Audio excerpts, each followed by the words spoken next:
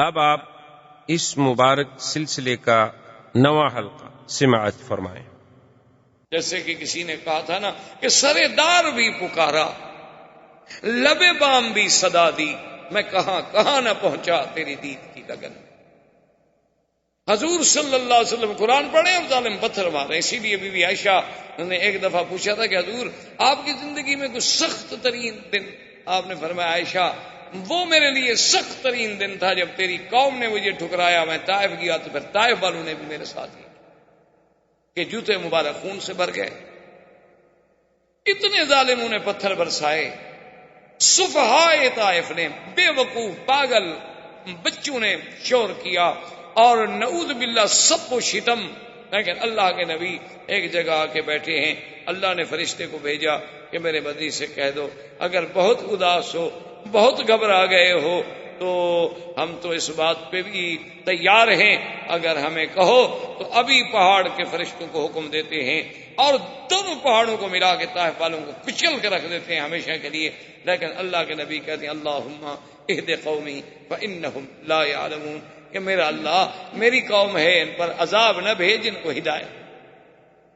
تو سیرت نبی کا پہلو جو ہے اسی پہ آپ اندازہ کر لیں کہ اتنی تکلیفوں کے بعد، اتنے ظلم و ستم کے بعد، اتنے جبر و اکراہ کے بعد زبان پہ ایک ہی بات ہے کہ اللہم الیک اشکو ضعف قوتی وقلت حیلتی وہوانی علی الناس، اور اس کے بعد دعا ہے کہ اللہم اہد قومی فانہم لا یعلمون، اللہ میری قوم کو ہدایت دے۔ ایک صحابی نے کہا حضور آپ دعا دیں، فرمایا وہ اس تو رحمتن، اللہ نے مجھے رحمت بنا کے بھیجا ہے، اللہ نے مجھے عذاب بنا کے تو نہیں بھیجا کہ میں ان کے لیے بد دعا کروں۔ چلو میں ان کے لیے دعا کرتا ہوں، یہ مسلمان نہیں ہوں گے، ہو سکتا ہے ان کی اولادوں سے کوئی مسلمان ہو، ان کی نسلوں سے کوئی مسلمان ہو۔ تو حضور صلی اللہ علیہ وسلم نے اللہ کی توحید کے لیے ہر مقاطعہ، ہر معارضہ، ہر منازعہ، ہر مخالفت کو برداشت کیا اور اپنے سلسلہ دعوت کو، انذار کو جاری رکھا۔ وآخر دعوانا ان الحمدللہ رب العالمین۔ اللہ پاک آپ کو بھی ہمیں بھی سیرت طیبہ پہ چلنے کی توفیق عطا فرمائے۔ برادران اسلام، محترم بھائیوں، عزیز ساتھیوں، ہم نے اپنے دروس میں سیرت نبی پاک صلی اللہ علیہ وسلم کا جو سلسلہ شروع کیا ہے، درس سابق میں ہم اس مقام تک تقریباً پہنچے تھے کہ حضور صلی اللہ علیہ وسلم اور آپ کے صحابہ کے لیے جو مختلف مصائب، ابتلاءات، امتحانات آئے، کفار کی جانب سے سختیاں اور شدائد بڑھتے گئے۔ حضور صلی اللہ علیہ وسلم کے سب سے بڑے معاون جو آپ کے چچا ابی طالب تھے، ان کی وفات ہو گئی۔ حضور صلی اللہ علیہ وسلم کی سب سے بڑی مناصرہ، معاونہ اور سب سے بڑی محسنہ اسلام سیدہ خدیجہ رضی اللہ تعالی عنہا کی وفات ہو گئی۔ اسی لیے اس کو عام الحزن کہا جاتا ہے کہ وہ تو سال ہی غم ہے۔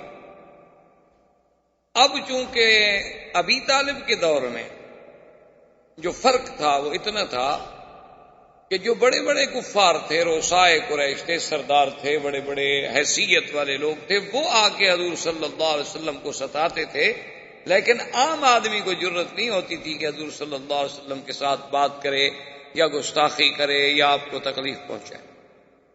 لیکن ابی طالب کے مر جانے کے بعد تو راستہ ہی کھل گیا۔ پھر تو یہ ہے کہ بڑے ہیں، چھوٹے ہیں، بچے ہیں، سب نے حضور صلی اللہ علیہ وسلم کو ستانا شروع کر دیا۔ اور اسی دور میں بعین ہی یہی دور تھا کہ کفار قریش نے سوچا کہ بھی مسلمان جو حبشہ چلے گئے اور اگر حبشہ میں ان کو قدم جمانے کا موقع مل گیا، ہو سکتا ہے کہ ان کی تعداد وہاں بڑھ جائے، تو ہم کیوں نہ ایسا کریں کہ بادشاہ حبشہ کے پاس ایک وفد بھیجیں کہ وہ تو ہمارے بھاگے ہوئے غلام ہیں اور یہاں سے وہ بھاگ کے گئے ہیں، مہربانی کر کے وہ ہمیں واپس کیے جائیں۔ ان کو واپس لا کر ہم ایک تو ان پر ظلم و ستم شروع کریں اور دوسری بات یہ ہے کہ آئندہ اسلام کو پھیلنے سے روک دیں۔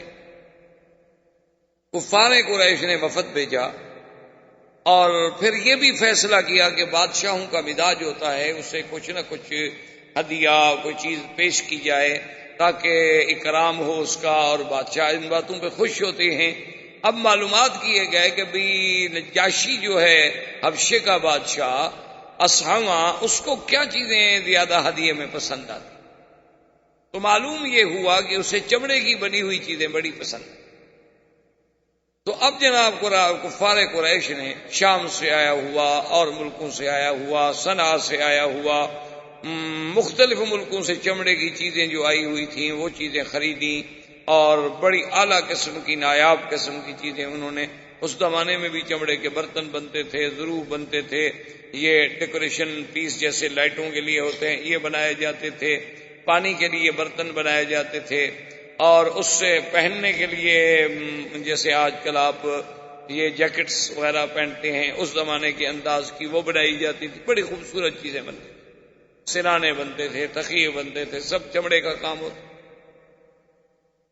تو انہوں نے بہرحال چمڑے کی چیزیں لی، اور اس کے بعد وفد کی قیادت بعض کتابوں میں آتا ہے کہ عمرو بن العاص نے کی، اور جا کر حبشہ میں نجاشی کو ملے، اور اس کے ملنے سے پہلے ان کے جو بطارقہ بطریق تھے، بطریق کہتے ہیں جو عیسائیت کے یوں سمجھ لیں پادری پنڈت جن کے مذہبی اثرات تھے، ان سے ملے، ان کو بھی ہدایہ دیے، اور ان سے کہا کہ آپ کو پتہ ہے یہ کون لوگ ہیں جو یہاں آئے ہوئے، نہ تو یہ ہمارے دین پر ہیں، ہماری بھی مخالفت کر کے ہمارے دین کو بھی چھوڑ کے یہ لوگ وہاں سے بھاگے، چلو اگر یہ اچھے ہوتے تو تمہارا دین تو قبول کر لیتے نا، تمہارا دین بھی تو انہوں نے قبول نہیں کیا، نہ یہ تمہارے دین پر ہے۔ تو اب اس کا کیا مطلب ہے کہ ہمارا جو دین ہے مکے والوں کا وہ بھی غلط ہے، اور آپ کا جو دین ہے نصرانیت پر، عیسائیت پر، وہ بھی غلط ہے، تو یہی بس حق پر ہیں، ان لوگوں کو اگر موقع ملا تو یہ تو آپ کے ملک میں بہت بڑا فساد برپا کر دیں۔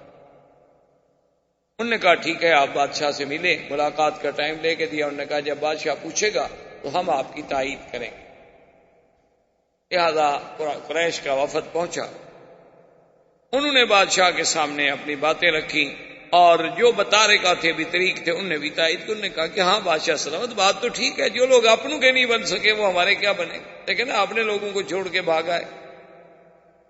لیکن بادشاہ بڑا ذہین تھا، بادشاہ تھا، اس نے کہا کہ بھئی نہیں، یہ نہیں ہو سکتا کہ میں کسی کو ایسے سزا دے دوں اور اس کے بارے میں معلومات نہ کروں، کیونکہ حضور صلی اللہ علیہ وسلم کی ایک حدیث مبارک میں بھی ہے کہ اگر قاضی کے پاس ایک آدمی آئے اور وہ کہے کہ دیکھو جی یہ میری آنکھ فلاں آدمی نے نکال لی ہے، تو آنکھ بھی نکلی ہوئی سامنے موجود ہے، یعنی کیس بڑا واضح ہے، لیکن قاضی کو جوش میں نہیں آنا چاہیے جب تک کہ دوسرے کو نہ بلائے، خدا جانے اس کی دونوں نکلی ہوئی ہوں، اس کی تو ایک نکلی ہوئی ہے نا۔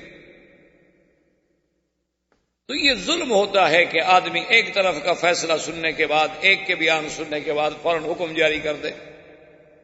تو بادشاہ نے کہا کہ دیکھو بھئی آپ جانتے ہیں کہ میں تو ظلم نہیں کروں گا، میں تو پہلے ان کو بلاؤں۔ انہوں نے پیشی رکھ دی، اور اگلے جلسے پر انہوں نے بلایا، تو مسلمان جب گئے تو ان کی قیادت جو ہے وہ حضرت جعفر نے کی۔ حضرت جعفر یہ حضرت سیدنا علی رضی اللہ تعالی عنہ کے بھائی جعفر ابن ابی طالب جب آئے تو بادشاہ نے ان سے پوچھا کہ بھئی یہ لوگ کہتے ہیں ہمارے دین کے مخالف ہیں، اور میرے جو بطارقہ ہیں یہ کہتے ہیں تم لوگ ہمارے دین کے بھی مخالف ہو، آخر تمہارا دین کیا ہے؟ اور جو تم کہتے ہو کہ ایک، تو حضرت جعفر بن طالب نے بتایا کہ بادشاہ سلامت، ہم تو ظلمات میں تھے، اندھیرے میں تھے، فسق و فجور میں تھے، شرک و بت پرستی میں تھے، آلہہ کو، بتوں کو سجدہ کرنے والے، خنزیر کھانے والے، شرابیں پینے والے، ظلم و ستم کرنے والے، لوگوں کی عزت و آبرو لوٹنے والے، ڈاکے مار کے لڑکیاں اٹھانے والے، ہم تو اس قدر جور و ظلم میں پھنسے ہوئے تھے کہ ان اللہ من علینا وبعث فینا محمد صلی اللہ علیہ وسلم، اللہ نے ہم پر احسان کیا کہ ہمارے اندر ایک نبی پیدا کیا جس کا نام محمد مصطفیٰ ہے صلی اللہ علیہ وسلم، اور وہ ہمیں یہ حکم دیتے ہیں کہ ایک خدا کی عبادت کرو، اور وہ ہمیں حکم دیتے ہیں کہ زنا نہ کرو، چوری نہ کرو، فساد نہ کرو، قتل نہ کرو، ڈاکہ نہ مارو، غیبت نہ کرو، کسی کو نہ ستاؤ، اور اسلام پہ رہو، نمازیں پڑھو، دین کے کام کرو، اللہ کی فرما برداری کرو، ہر وقت بندے کا اللہ سے تعلق جڑا رہے، وہ ہمیں یہ باتیں بتلاتے ہیں اور وہ فرماتے ہیں کہ مجھ پر اللہ کا قرآن اترتا ہے۔ تو جعفر ابن ابی طالب اپنا بادشاہ نے کہا کہ جعفر، وہ جو قرآن ان پہ اترتا ہے اس میں سے کچھ آپ کو بھی یاد ہے؟ تو نے فرمایا کہ ہاں۔ انہوں نے کہا تو پھر مجھے سنا۔ تو روایات میں آتا ہے کہ حضرت جعفر نے بسم اللہ الرحمن الرحیم کاف ہا یا عین صاد ذکر رحمت ربک عبدہ زکریا اذ نادى ربه نداء خفیا۔ جب حضرت جعفر نے پڑھی، اور پھر حضرت جعفر قریشی تھے، اللہ نے قرآن بھی لغت قریش میں نازل کیا تھا۔ جب آپ نے قرآن پڑھا تو اتنا متاثر ہوا نجاشی، اتنا متاثر ہوا کہ اس نے اپنے بطارکہ سے اور اپنے وزراء سے کہا، کہنے لگا واللہ مجھے خدا کی قسم ہے جس نے عیسیٰ کو بھیجا، جس نے عیسیٰ علیہ السلام کو پیدا کیا ہے، یہ ہے کہ میں ان پہ کبھی ظلم نہیں کر سکتا۔ یہ جو کچھ کہہ رہے ہیں بڑی اچھی بات ہے۔ کیا ہے کسی کو، وہ تو کہتے ہیں کسی کو نہ ستاؤ، فساد نہ کرو، قتل نہ کرو، تو بڑی اچھی باتیں ہیں، یہ میرے ملک میں رہ سکتے ہیں۔ انہوں نے کہا کہ جاؤ رہو میرے ملک میں، تم پر کوئی ظلم و تشدد نہیں ہو۔ چلے گئے۔ اب قریش نے سوچا کہ ہم اتنے دور سے سفر کر کے آئے، ہم نے ہدایہ بھی دی، سب کچھ کیا، ہم تو ناکام ہو گئے، فیل ہو گئے۔ انہوں نے دوبارہ ان کے ذہن میں ڈالا، انہوں نے کہا کہ جناب اصل بات تو آپ نے ان سے پوچھی نہیں، وہ تو عیسیٰ علیہ السلام کو نہیں مانتے، وہ تو عیسیٰ علیہ السلام کی گستاخی کرتے ہیں اور توہین کرتے ہیں، کیونکہ اس دور میں نجاشی جو تھا وہ عیسائی تھا۔ جب ان کو یہ کہا گیا تو بادشاہ غصے میں ہے، اس نے کہا عیسیٰ علیہ السلام کی توہین کرتے ہیں؟ انہوں نے کہا ہاں جی بالکل، تو عیسیٰ علیہ السلام کو نہیں مانتے اور عیسیٰ علیہ السلام کی شان میں بڑی بے ادبی اور گستاخی کرتے ہیں، اللہ معاف کرے۔ تو ایسے لوگوں کو تو آپ نکال، میں نے کہا کہ دیکھو بات یہ ہے کہ ایسے تو میں ظلم نہیں کرتا، لیکن میں ان کو پھر بلاتا ہوں، اگر واقعی وہ عیسیٰ علیہ السلام اور بی بی مریم کی شان میں کوئی گستاخی کرتے ہیں تو پھر میں صرف نکال کیوں دوں، میں ان کو سزا کیوں نہ دوں؟ ان نے پھر بلا لیا۔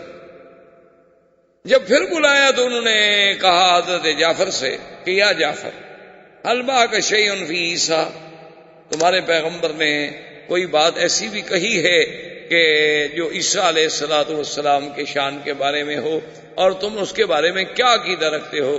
تو عیسیٰ علیہ السلام کے بارے میں حضرت جعفر نے تلاوت شروع کی، وَاذْكُرْ فِي الْكِتَابِ مَرْيَمَ اِذِ انتبذت من اہلها مکانا شرقیا فاتخذت من دونهم حجابا فارسلنا الیہا روحنا فتمثل لها بشرا سویا قالت انی اعوذ بالرحمن منک ان کنت تقیا قال انما انا رسول ربک لیہب لک غلاما زکیا۔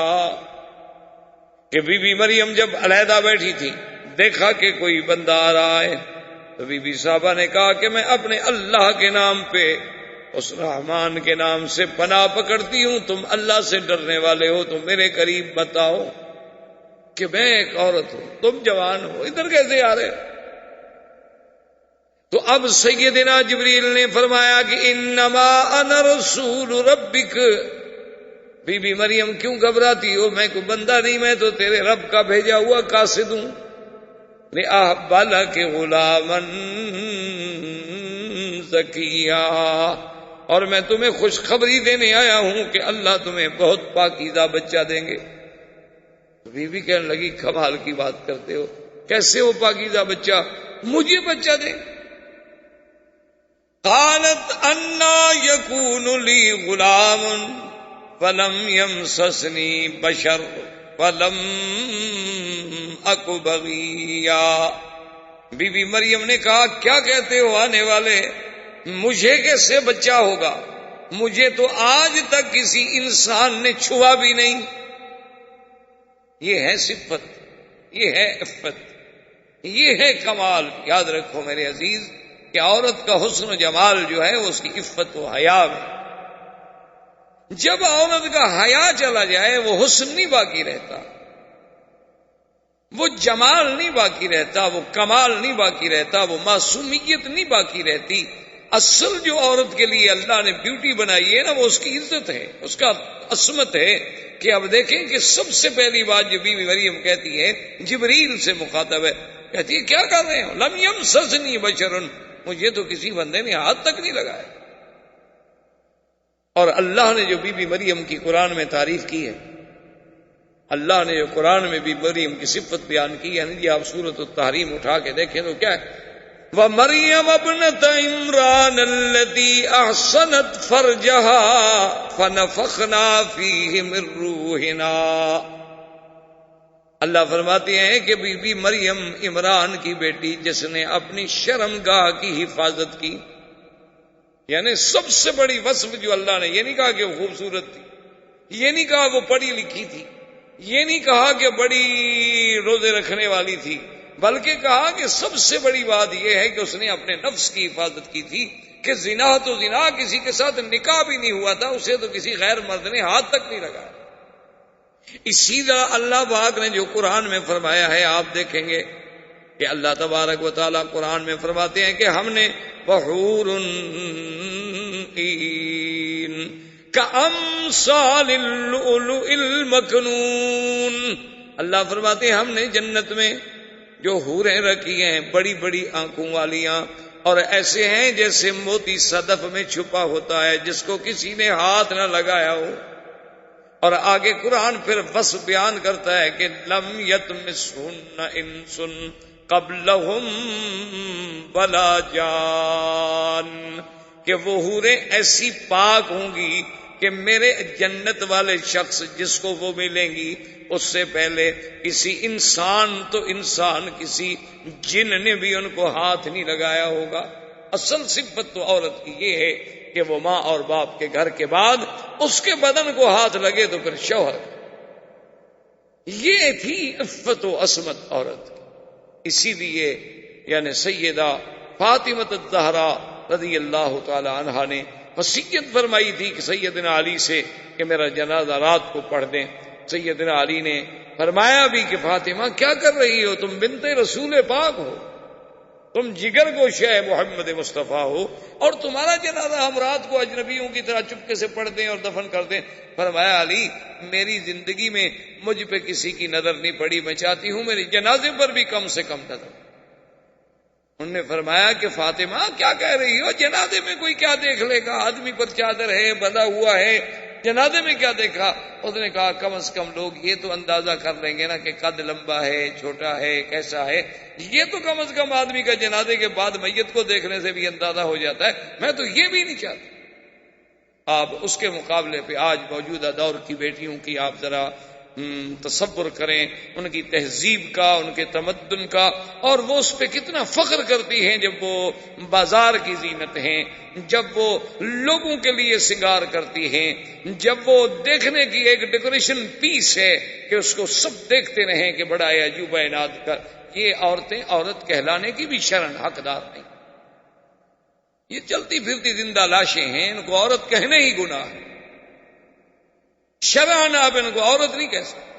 عورت کا معنی یہ ہوتا ہے عورت الرجل من السرۃ الی الرقبۃ، کہ مرد میں عورہ کیا ہے، یعنی وہ چیز جو چھپانا جس کا ضروری ہے وہ ہے سرہ سے لے کر رقبہ تک، اور عورت کا کیا ہے من الراس الی الرجل، سر کے بالوں سے لے کر پاؤں کے ناخن تک اس کا چھپانا ضروری ہے. اسی لیے تو کہتی ہے نا کہ یہ اب ہمارے یہاں دیکھا نا آپ نے شریعت اسلامی کا، ابھی تو بل آ رہا ہے 51 سال کے بعد تو ابھی بل آیا ہے، خدا جانے کب یہ بل ہے یا بیل ہے، پتہ نہیں کب منڈے چڑھے گی، اللہ عالم. تو بہرحال جب بھی کسی کو اپنا خوف لاحق ہو پھر اسلام بڑا یاد آتا ہے. جیسے آپ کا بڑے سے بڑا آدمی مر جائے مولوی یاد آتا ہے نا جنازے کے لیے. ویسے تو مولوی بڑی حقیر جانور ہے نا، کوئی مر جائے تو پھر مولوی کو بلاؤ. کیوں؟ ان کو تو پتہ ہی نہیں کہ ابا جی کو غسل کیسے دینا. ان نے کبھی پڑھا ہی نہیں کہ میت کو غسل کیسے دینا ہے، تو لازمی بیچارہ مولوی ہی دے گا. ورنہ اگر بیٹا جانتا ہو تو اس سے زیادہ کون حقدار ہے کہ مولوی غسل دے؟ لیکن باپ نے تو کبھی زندگی میں بیٹے نے باپ کو غسل نہیں کرایا، تو مرنے کے بعد کب قریب جائے گا؟ بلکہ اور بھی عورتیں کہیں گی وہ دور رکھو جی، خام خواہ ایسا نہ ہو کہ میت اس کو بھی پکڑ لے، میت کے قریب ہی نہ جائے۔ تو یہ میرا کہنے کا مقصد، شور آ رہا ہے ہر طرف کہ اسلام آ گیا تو یہ ہو جائے گا، اسلام آ گیا تو عورتیں اندر بیٹھ جائیں گی، اسلام آ گیا تو عورتیں قیدی بن جائیں گی، اسلام آ گیا تو 4 شادیاں ہو جائیں گی، پتہ نہیں اتنی عورتیں لے کے رکھی ہوئی ہیں کہ ہر آدمی کو 3 اور دے دیں گے۔ کیا تہذیب ہے، کیا اعتراض ہے اللہ کے قرآن کے مقابلے؟ اور اعتراض کرنے والے کون ہیں؟ جنہوں نے نہ کبھی قرآن پڑھا ہے نہ حدیث مصطفیٰ پڑھی، لارڈ میکالے کا قانون پڑھا ہے، اس کے مطابق بیٹھے ہوئے ہیں کہ جناب آئین کی یہ دفعہ جو ہے اسلام سے ٹکراتی ہے۔ یعنی اب اسلام اتنا کمزور ہے کہ اگر لارڈ میکالے کے بنائے ہوئے قانون کی دفعہ ٹکرا جائے تو اسلام کو روک دو، اس دفعہ کو رہنے دو تاکہ آئین نہ ٹوٹے ہمارا۔ یعنی جو بندو نے بنایا ہے آئین وہ تو نہ ٹوٹے، اللہ کا آئین ٹوٹتا ہے ٹوٹنے دو۔ اب ہمارے فیشن میں، سگار میں یعنی یہ ہوتا ہے کہ جب پارٹی ہو اور کسی بڑے آدمی کی پارٹی ہو، وہاں تو ضروری ہوتا ہے کہ بیگم جو ہے وہ کھڑے ہو کے سرو کرے اور مہمانوں کو سنبھالے، اور اگر ساڑی باندھے تو سب سے اچھی ساڑی وہ ہوتی ہے جس سے آدھا پیٹ نظر آ رہا، ورنہ ساڑی کیا ہوئی؟ باندھنے کا کیا فائدہ ہوا؟ ابھی اسی لیے تو باندھی جاتی ہے کہ ابھی آدھا پیٹ نظر آئے، پیچھے آدھی پشت نظر آئے، پورے سر کے بال نظر آئیں، تبھی تو ہاں جی یہ ہے صحیح معنی میں جو ساڑی باندھی جاتی۔ اور یہ انہوں نے پتہ نہیں آج تک تحقیق نہیں کی کہ یہ ساڑی سیدہ عائشہ باندھتی تھیں، سیدہ فاطمہ باندھتی تھیں، سیدہ خدیجہ باندھتی تھیں، اصحاب رسول کی بیگمات باندھتی تھی، کہاں سے آئی ہے؟ کیا یہ کہیں ہندوؤں کی ایجاد تو نہیں؟ اور جن کے نام لے کے بی بی فاطمہ کے نام کی جناب باقاعدہ شیرنی تقسیم ہوتی ہے، لیکن بی بی فاطمہ کا کپڑے پہننے کے لیے کوئی بیٹی ہماری تیار ہے؟ ویسے بی بی فاطمہ کے نام پہ ماشاءاللہ بڑی ہمارے یہاں مٹھائیاں بٹتی ہیں، بڑی خیراتیں ہوتی ہیں، بڑی شیرینیاں تقسیم ہوتی ہیں، لیکن کبھی آپ نے بیگم سے کہا ہے کہ بیگم صاحب جو بی بی فاطمہ آپ کو اتنی محبوب ہیں، آپ بی بی فاطمہ والا لباس پہنے گی؟ تو یہ تو پھر بی بی مریم تھی نا جناب، کہ جس کو اپنی عفت و عصمت کا یہ عالم ہے کہ وہ چیخ پڑی کہ لم یمسسنی بشر ولم اکو بغیہ، میں کوئی گناہ گار ہوں، میں کوئی بد کردار عورت ہوں کہ مجھے بچہ پیدا ہو جائے گا بغیر باپ کے؟ اللہ اکبر۔ جبریل نے کہا قال کذالک قال ربک هو علی ہین وَلِنَجْعَلَهُ آیَةً لِلنَّاسِ وَرَحْمَةً مِنَّا وَكَانَ أَمْرًا مَقْضِيًّا۔ جبریل علیہ السلام نے کہا بی بی مریم غصے میں آنے کی ضرورت نہیں ہے، یہ تو تیرے رب کا فیصلہ ہے، اور تیرے اللہ کو بغیر تیری شادی کے، بغیر کسی چیز کے بچہ پیدا کرنا مشکل نہیں، بڑا آسان ہے۔ اور اللہ تو چاہتے ہیں کہ اس کو ایک نشانی بنائے اپنی قدرت کی، کہ کوئی یہ نہ کہے کہ اللہ بنا تو سکتا ہے لیکن جب تک میاں بیوی نہ ہوں وہ بھی نہیں بنا سکتا۔ اللہ چاہتے ہیں کہ میں اپنی قدرت کے تمام نمونے دکھا دوں، میں چاہوں تو نور سے ملائکہ پیدا کر دوں، میں چاہوں تو نار سے جن پیدا کر دوں، میں چاہوں تو مٹی سے آدم پیدا کر دوں، میں چاہوں تو آدم سے حوا پیدا کر دوں، میں چاہوں تو مریم سے عیسیٰ پیدا کر دوں۔ یخلق ما یشاء، میری مرضی میں جو چاہوں جیسے چاہوں، یہی تو اس کی شان۔ اچھا جی، انہوں نے کہا کمال ہے تو ٹھیک ہے، اور نے کہا بی بی تم بات کہو نہ کہو، کان امرا مقضیہ، یہ تو اللہ کی تقدیر کا فیصلہ ہو چکا ہے، اب وہ تبدیل تھوڑا ہوتا ہے۔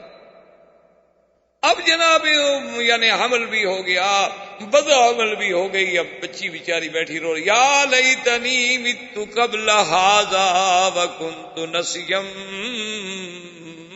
منسیا، رو رہی ہے پھر بھی، حالانکہ جبریل باتیں کر کے کہتی ہے کاش میں تو پیدا ہی نہ ہوئی ہوتی، کم از کم چلو ٹھیک ہے میں بے گناہ ہوں، میرا دامن صاف ہے، لیکن قوم تو نہیں جانتی ہوں۔ جبریل کی بات ہوئی تو میرے ساتھ ہوئی ہے، پوری برادری کے ساتھ تو نہیں ہوئی نا، برادری مجھے جب آئے گی تو میں کیسے مقابلہ کروں گی؟ اللہ نے فرمایا تمہیں مقابلے کی ضرورت نہیں ہے. جب قوم سامنے آ جائے تم چپ کر کے صرف عیسیٰ کی طرف اشارہ کر دو, ہم جانے ہمارا عیسیٰ علیہ السلام جانے. قوم آ گئی, غصے میں بری ہوئی ہے, کہتی یا اخت ہارون ما کان ابوک امرأ سوء وما کانت امک بغیا, کہ اے ہارون کی بہن. بعض لوگوں نے کہا کہ موسیٰ علیہ السلام کے جو بھائی تھے ہارون ان کی بہن, یہ مراد نہیں ہے, بلکہ مراد یہ ہے کہ کان رجل صالحا, اس علاقے میں ایک بہت بڑے عابد گزار تھے, ان کا نام ہارون تھا جس کی طرف نسبت کی گئی. انہوں نے کہا تیرا باپ اچھا, تیری ماں اچھی, یہ کیا ہے؟ فاشارت الیہ, اب بی بی نے اشارہ کیا. قالوا کیف نکلم من کان فی المہد صبیا قال انی عبد اللہ آتانی الکتاب وجعلنی نبیا وجعلنی مبارکا اینما کنت واوصانی بالصلاۃ والزکاۃ ما دمت حیا.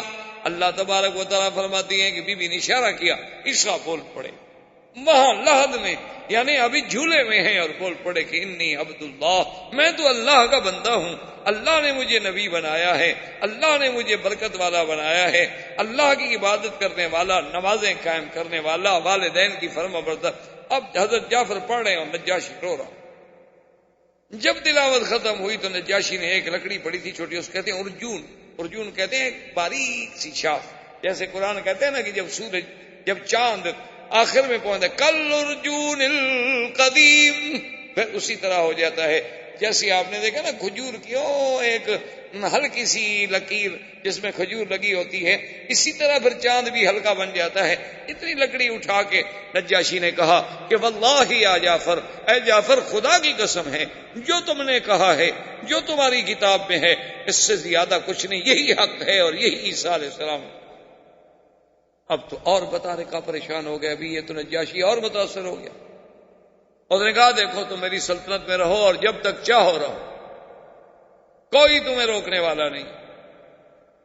بطارکہ نے جناب شور کر دیا, اور نتیجہ یہ نکلا, اللہ تبارک و تعالی رحمت کرے, کہ انہوں نے ایک بڑی سازش برپا کر دی. اور ادھر نجاشی کا یہ عالم کہ وہ رات کو چوری سے جعفر کو بلا لیں, جعفر ابن ابی طالب رضی اللہ تعالی عنہ کو, اور اس سے قرآن پڑھنا اس نے شروع کیا, اور وہ تو مسلمان ہو گیا.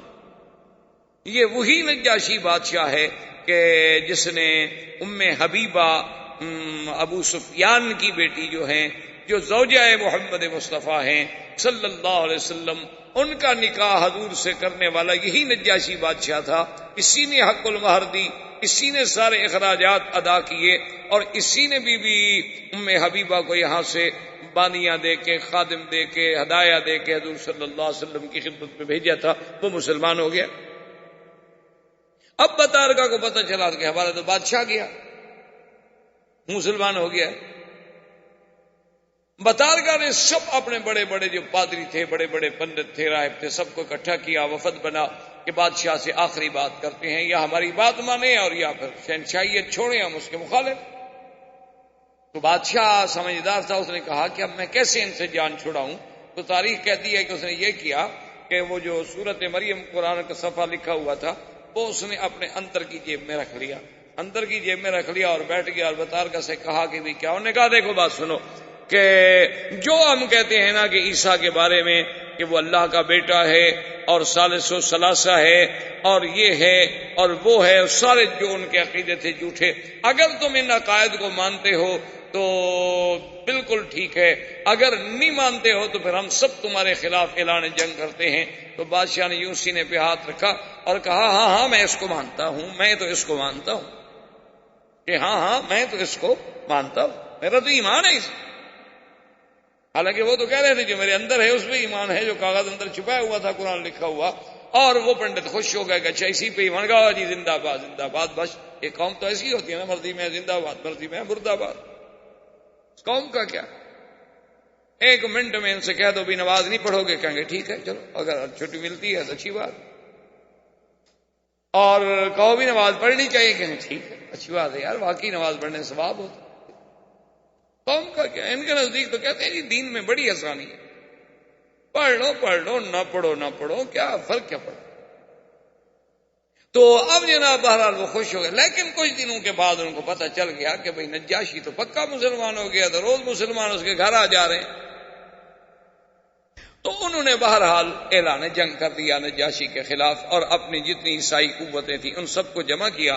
مسلمان ایک دریا تھا، دریا کی دوسری طرف آبادی تھی، اس میں رہتے تھے، اور اس طرف جنگ کا اعلان ہو گیا۔ نجاشی نے بھی کہا کہ ٹھیک ہے، مسلمان تو میں مسلمان ہوں، جو لڑتا ہے لڑے۔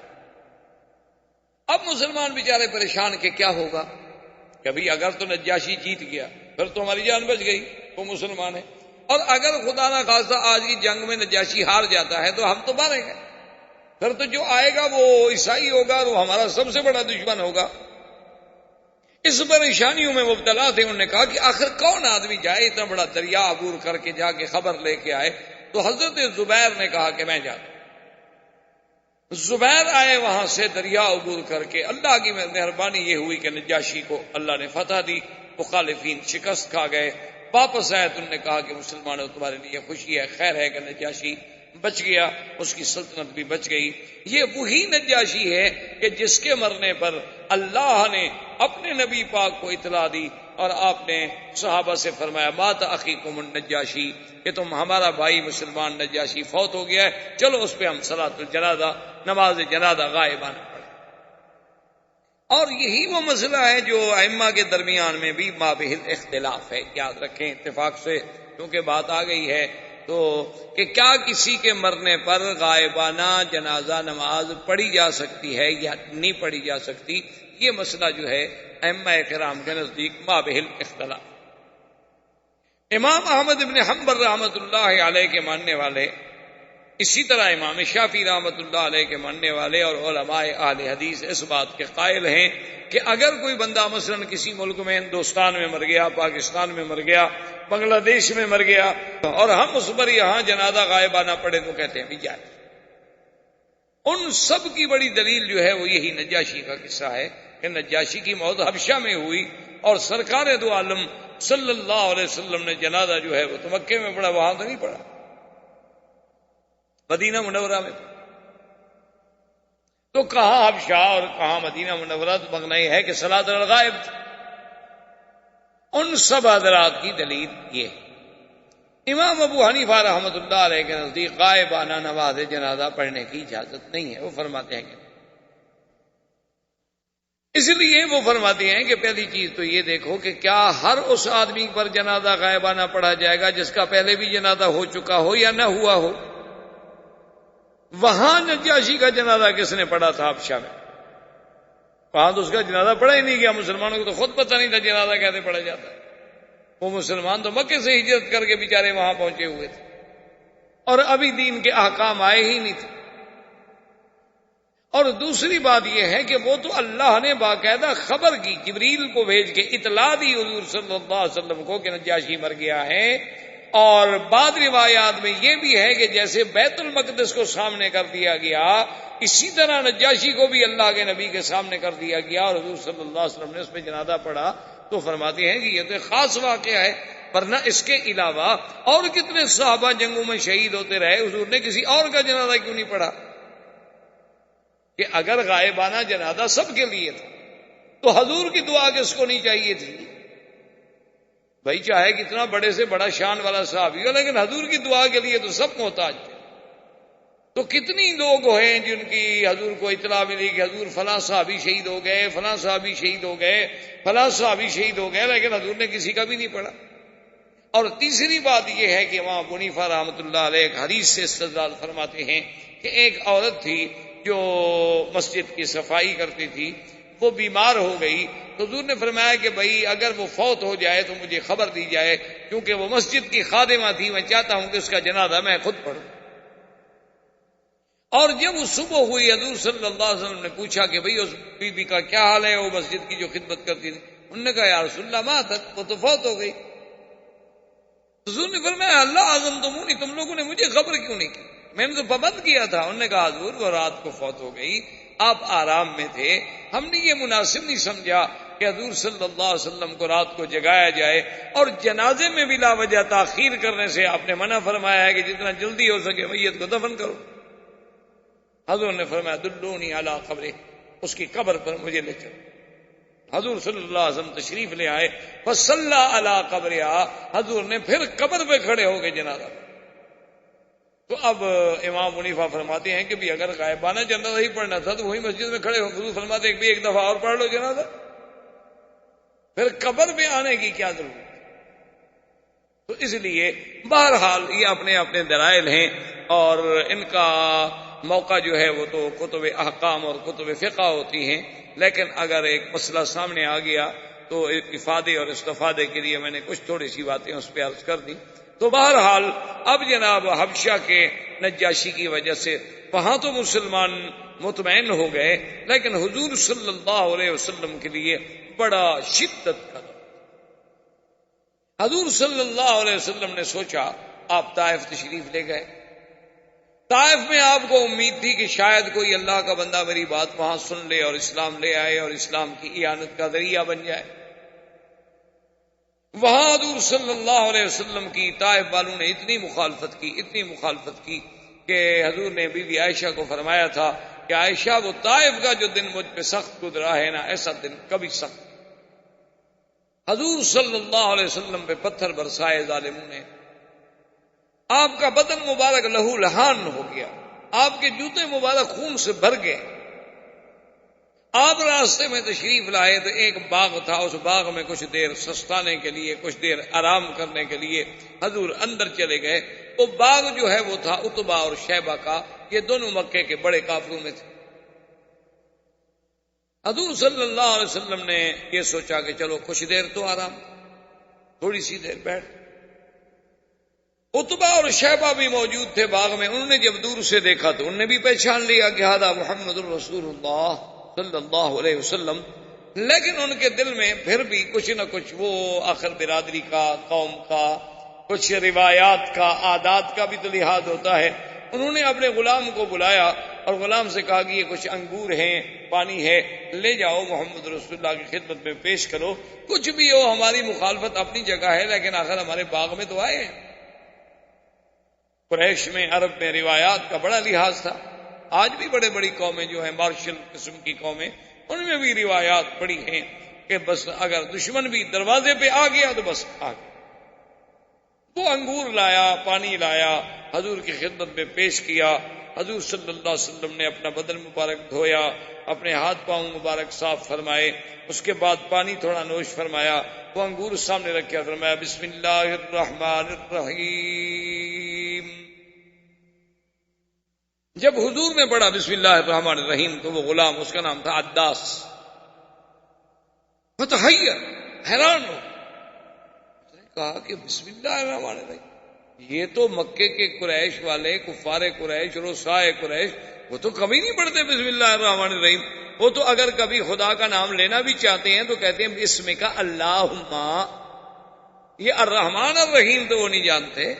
یہ تو قریش کے سردار ہیں، قریشی ہیں، ہاشمی ہیں، یہ کہاں سے بسم اللہ الرحمن الرحیم پڑھ رہے ہیں؟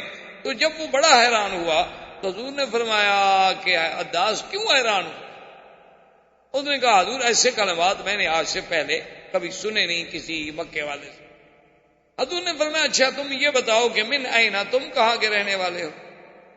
اس نے کہا من نینوا، یا رسول اللہ میں نینوا ایک بستی ہے عراق کی طرف، اس کا رہنے والا ہوں۔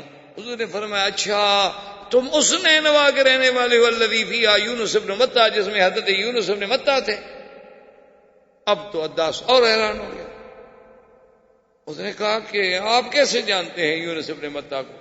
آپ نے فرمایا عداس حیران ہونے کی بات نہیں، انہو اخی وانہو نبی من انبیاء اللہ، وہ میرے بھائی تھے گویا، اور وہ بھی اللہ کے نبی تھے، اور جو بات یونس ابن متیٰ کہتا تھا وہی بات میں کہتا ہوں۔ اب ان کو نہیں سمجھ آتی تو میں کیا کروں، ورنہ میری دعوت اور حضرت یونس کی دعوت ایک تھی۔ ہم قبل راس رسول اللہ، عداس تو جی بس گر پڑا، حضور کے ماتھے کو بوسہ دے رہا ہے، حضور کو چوم رہا ہے، اور عتبہ شیبہ دور بیٹھے دیکھ رہے ہیں کہ یہ کیا ہو گیا، یہ ہم نے غلام بھیجا تھا کہ جا کے انگور پہنچا دے، ہمارا تو غلام بھی گیا۔ واپس آیا غلام، انہوں نے کہا تمہیں کیا ہو گیا، تم کیوں چوم رہے تھے؟ اس نے کہا بات سنو کہ ٹھیک ہے کہ میں تمہارا غلام ہوں، لیکن واللہ انہ رسول، یہ میں تمہیں صحیح بات کہہ رہا ہوں، خدا کی قسم ہے وہ اللہ کا سچا۔ جو بات اس نے مجھے بتلائی ہے نا، وہ نبی کے بغیر کوئی جانتا ہی نہیں، تو وہ کیسے بتلا سکتے ہیں؟ میرا یقین ہے۔ انہوں نے کہا نہیں چھوڑو چھوڑو، بس تم ایسی باتوں میں نہ پڑو، تم پھر نہ جانا ان کے پاس۔ اور چونکہ نوکر تھا، ملازم تھا، اس کو ذرا ڈانٹ دیا۔ حضور صلی اللہ علیہ وسلم باغ سے چل پڑے، مکے کے قریب آئے، لیکن حضور رک گئے۔ حضور نے فرمایا کہ اب میں کیسے ادخل مکہ، کیسے مکے میں داخل ہوں؟ مکہ تو میں چھوڑ کے نکلا تھا کہ مجھے باہر کوئی امان ملے گی، باہر کوئی ساتھی ملیں گے، باہر کوئی نصرت ملے گی، لیکن باہر سے بھی کوئی ساتھ نہ ملا۔ اب پھر میں اکیلا مکے میں جاؤں تو صفحائے مکہ تو پھر میری مخالفت اور زیادہ تیز کر کہ اچھا جی باہر سے لوٹ آئے۔ حضور صلی اللہ علیہ وسلم نے پیغام بھیجا ایک سردار کو، اس کا نام تھا اخنس بن شریک۔ اس کو پیغام بھیجا کہ اخنس بن شریک، تم مکے کے سرداروں میں سے ایک سردار ہو، کیا میں تمہاری پناہ میں آ سکتا ہوں مکہ مکرمہ میں؟ چلو تم میرے دین پہ آؤ نہ آؤ، مانو نہ مانو، لیکن بڑے لوگ آخر پناہ تو دیتے ہیں نا، میں تمہاری پناہ میں، جوار میں آ سکتا ہوں مکہ مکرمہ؟ خود نے کہا کہ میرا چونکہ قریش سے معاہدہ ہے، میں اپنے معاہدے کو نہیں توڑ سکتا، میں آپ کو پناہ نہیں دے سکتا۔ حضور صلی اللہ علیہ وسلم نے سہیل ابن عمرو کے پاس آدمی بھیجا کہ سہیل ابن عمرو بھی مکے کا بہت بڑا سردار تھا اور بڑا حوصلے والا آدمی تھا، کہ جب یہ حدیبیہ کے موقع پہ صلح ہوئی حضور کے ساتھ، یہی سہیل ابن عمرو تھا دستخط کرنے والا، اور بڑا آدمی تھا قریش میں سے، اور ویسے بھی بڑا حلم والا، حوصلے والا، بڑا نرم دل آدمی تھا، کہ جب وہ آیا تھا نا سہیل، تو حضور نے فرمایا اپنے صحابہ سے کہ ابشرو، جو آ رہا ہے تو کافر لیکن سہیل ہے، معاملہ سہل ہی رہے گا، سختی نہیں ہوگی۔ سہیل ابن عمرو کو آدمی بھیجا حضور نے کہ حل انظر بجوارک بمکہ، تمہارے جوار میں مکے میں اتر سکتا ہوں؟ انہوں نے کہا لا یا رسول، میں آپ کو پناہ نہیں دے سکتا کیونکہ میں حلیف ہوں قریش۔ حضور صلی اللہ علیہ وسلم اور پریشان، اور اسی اسنا، اب دیکھیں ایک طرف پریشانیوں کا یہ عالم، یعنی مصیبتوں کے پہاڑ ٹوٹ پڑے ہیں، اور ادھر جبریل نازل ہوتے ہیں اور آ کر حضور صلی اللہ علیہ وآلہ آلہ واصحابہ وسلم تسلیما کثیرا کثیرا پہ سلام کہتے ہیں، اور کہتے ہیں کہ اللہ پاک نے سلام بھیجا ہے، وَأَرْسَلَ مَعِي مَلَكٌ مِّنَ الْمَلَائِكَةِ يُسَمَّى مَلَكُ الْجِبَالِ، اللہ نے میرے ساتھ ایک اور فرشتہ بھی بھیجا ہے جس کا نام جبال، پہاڑوں کا فرشتہ ہے، کہ پہاڑوں پر اس کی ڈیوٹی ہے۔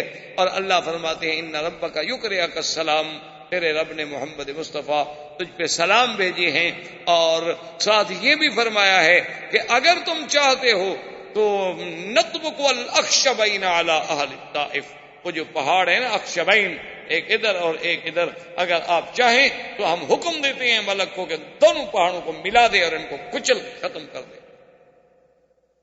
یعنی ایک طرف یہ سختی ہے، ایک طرف قدرت کی طرف سے یہ قوت و طاقت ہے، لیکن پتہ ہے حضور نے کیا فرمایا؟ فرمایا اللہم اہد قومی فانہم لا یعلمون، کہ جبریل میرے اللہ سے کہہ دو کہ میری قوم کو ہدایت دے دیں، وہ جانتے نہیں، وہ جاہل ہیں، وہ ابھی تک مسئلہ نہیں سمجھ رہے، ان کو ہلاک کرنے کی ضرورت نہیں ہے، ان کو برباد کرنے کی ضرورت نہیں ہے۔ صحابی نے عرض کیا کہ یا رسول اللہ آپ ان کے لیے تباہی کی دعا مانگیں۔ فرمایا اللہ نے مجھے تو رحمت بنا کے بھیجا ہے، میں کسی کے لیے عذاب کی کیسے دعا؟ فرمایا دیکھو اگر یہ مسلمان نہیں ہوں گے، ہو سکتا ہے ان کی نسل سے، ان کی اولادوں سے، ان کی پشت سے اللہ کوئی مسلمان پیدا کر۔ اور دیکھو بالکل وہی ہوا جو حضور چاہتے تھے۔ ابو سفیان اسلام لائے، ابو جہل کا بیٹا اکرمہ بطل من ابطال الاسلام بنا، ولید بن المغیرہ کا بیٹا خالد سیف الرحمان بنا۔ بالکل عین حضور کی وہ تمنا، وہ دعا جو تھی کہ چلو یہ نسل نہ صحیح، ان کی آنے والی نسل میں اللہ کوئی ایسا بندہ بھیج دے۔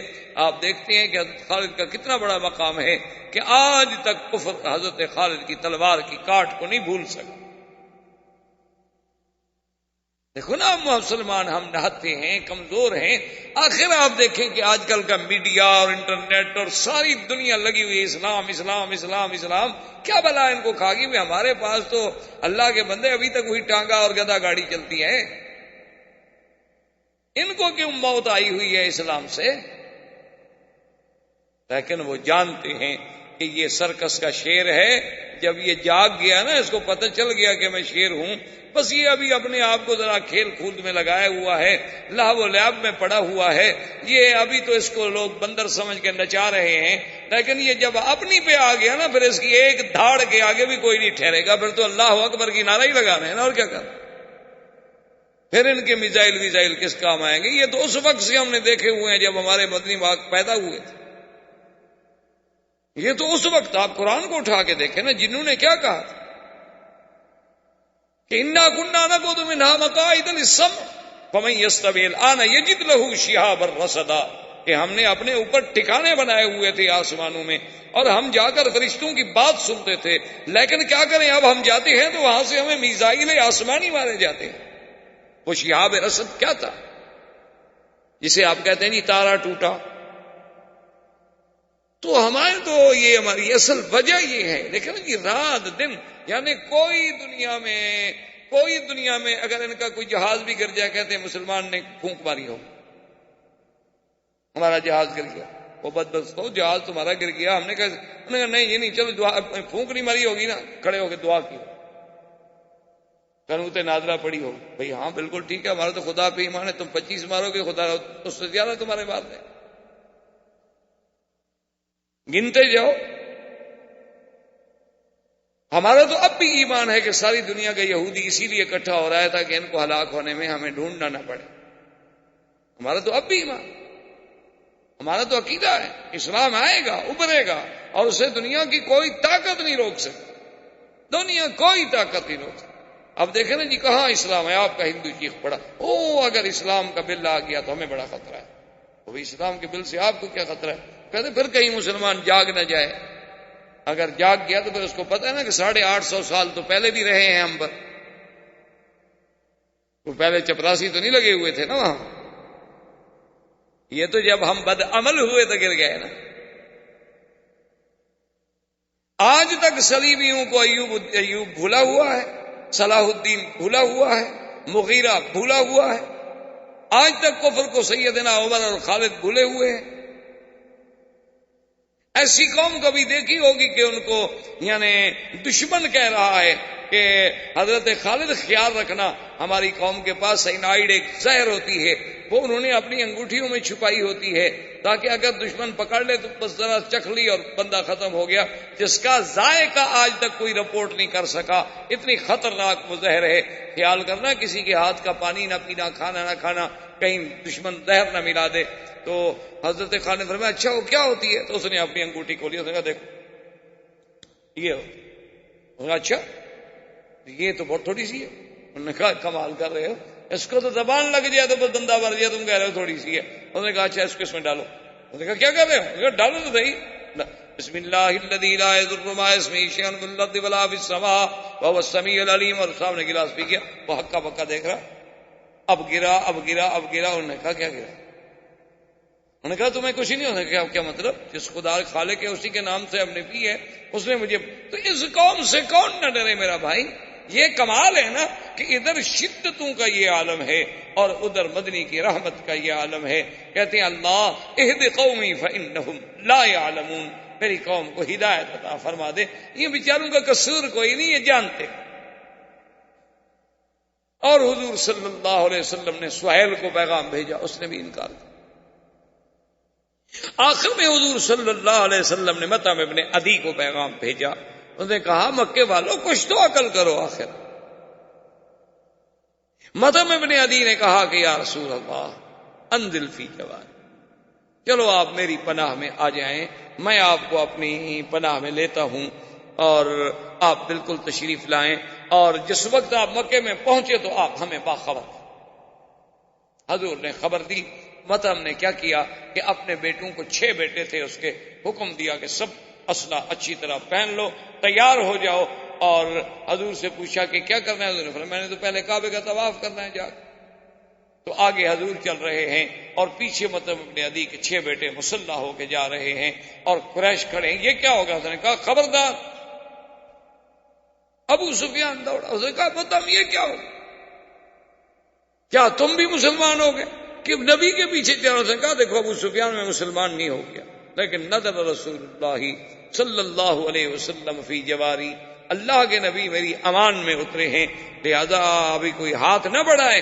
اگر حضور کو کسی نے نقصان پہنچانے کی کوشش کی تو میں ٹکرا جاؤں گا اس سے. انہوں نے کہا اچھا اگر تم نے پناہ دی ہے, کیونکہ یہ ہمارا عرب کا رواج ہے کہ ہم ایک دوسرے کی امان کو بڑی قدر کی نگاہ سے دیکھتے ہیں, چلو ہم حضور سے کچھ نہیں کہتے, لیکن بس وہ ان سے کہیں کہ ہمارے خداؤں کا معاوضہ نہ کریں. اسی اثنا میں جب شدت و ظلم و ستم کے پہاڑ ٹوٹ رہے ہیں, کوئی صحابہ حبشے میں ہیں, کوئی صحابہ مستضعفین ہیں, کوئی صحابہ ایمان کو چھپائے ہوئے ہیں, اور نماز پڑھنے کی بھی توفیق نہیں ہوتی, تو ایک دن حضور صلی اللہ علیہ وسلم مکے سے باہر نکلے کہ میں جا کے عبادت کروں. اللہ پاک نے خبر دی کہ میرا مدنی کوئی بات نہیں, آپ ذرا آگے آئیں. حضرت عبداللہ ابن مسعود بھی ساتھ ہیں. آپ نے فرمایا کہ تم بیٹھ جاؤ. آگے جا کے حضور نے نماز شروع کی, اور اس کے بعد جنوں کا ایک وفد گزرا جس کو اللہ نے قرآن میں مختلف مقامات میں جس کا ذکر کیا ہے. وَإِذْ صَرَفْنَا إِلَيْكَ نَفَرًا مِنَ الْجِنِّ يَسْتَمِعُونَ الْقُرْآنَ فَلَمَّا حَضَرُوهُ قَالُوا أَنصِتُوا فَلَمَّا قُضِيَ وَلَّوْا إِلَىٰ قَوْمِهِم مُنذِرِينَ قَالُوا يَا قَوْمَنَا إِنَّا سَمِعْنَا كِتَابًا أُنزِلَ مِن بَعْدِ مُوسَىٰ مُصَدِّقًا لِمَا بَيْنَ يَدَيْهِ يَهْدِي إِلَى الْحَقِّ وَإِلَىٰ طَرِيقٍ مستقیم. اللہ کے نبی نماز پڑھے اور جن آئے, اتنی جنات آئے. دوسری جگہ قرآن کہتا ہے وَأَنَّهُ لَمَّا قَامَ عَبْدُ اللَّهِ يَدْعُوهُ كَادُوا يَكُونُونَ عَلَيْهِ لِبَدًا. اللہ فرماتے ہیں کہ جب حضرت محمد مصطفیٰ میرا بندہ میری عبادت کے لیے کھڑا تھا, ایسے وہ گر رہے تھے جیسے لپٹ رہے ہوں. حضرت عبداللہ ابن مسعود فرماتے ہیں واللہ ان کی کثرت کی وجہ سے مجھے محمد عربی بھی نظر نہیں آتے تھے, اور ان کے سر ایسے نظر آتے تھے, چھوٹے چھوٹے سر ہیں, لیکن اتنی مخلوق ہے ان کی حد و حساب کوئی نہیں کہ کتنے لوگ ہیں. اور اس کے بعد جب حضور قرآن سے فارغ ہوئے تو اسلام لائے, اور انہوں نے کہا کہ یا رسول اللہ ہم نصیبین کے جن ہیں. ہم تو اس بحث میں تھے کہ وجہ کیا ہو گئی کہ آسمانوں پہ ہمارا جانا رک گیا ہے. انا لا ندری اشر ارید بمن فی الارض ام اراد بهم ربهم رشدا. ہمیں تو پتہ کوئی نہیں. پہلے ہم باتیں سنتے تھے, ملائکہ کی باتیں سن کے اپنے کاہنوں کو بتلاتے تھے, لیکن سب پہرے لگ گئے. ہم اسی ڈھونڈنے میں نکلے تھے, لیکن آپ کا چہرہ دیکھ کر قرآن سننے کے بعد ہمیں بالکل یقین ہے کہ آپ اللہ کے سچے نبی ہیں. مہربانی کر کے ہمیں مسلمان کریں. حضور کے ہاتھوں پہ جناب اب سینکڑوں ہزاروں جن مسلمان ہو رہے ہیں. اللہ نے ایک جانب سے تسلی کی, محمد مصطفیٰ لا تحزن, غم نہ کریں, فکر نہ کریں. اگر مکے والے مسلمان نہیں ہوں گے تو میری کوئی ایک مخلوق تو نہیں ہے, میرے پاس تو اور مخلوق بھی موجود ہے. اگر یہ اسلام نہیں لائیں گے تو آپ کے اسلام کو بھی نقصان ہو جائے گا, ہم اور قوم بھیج دیں.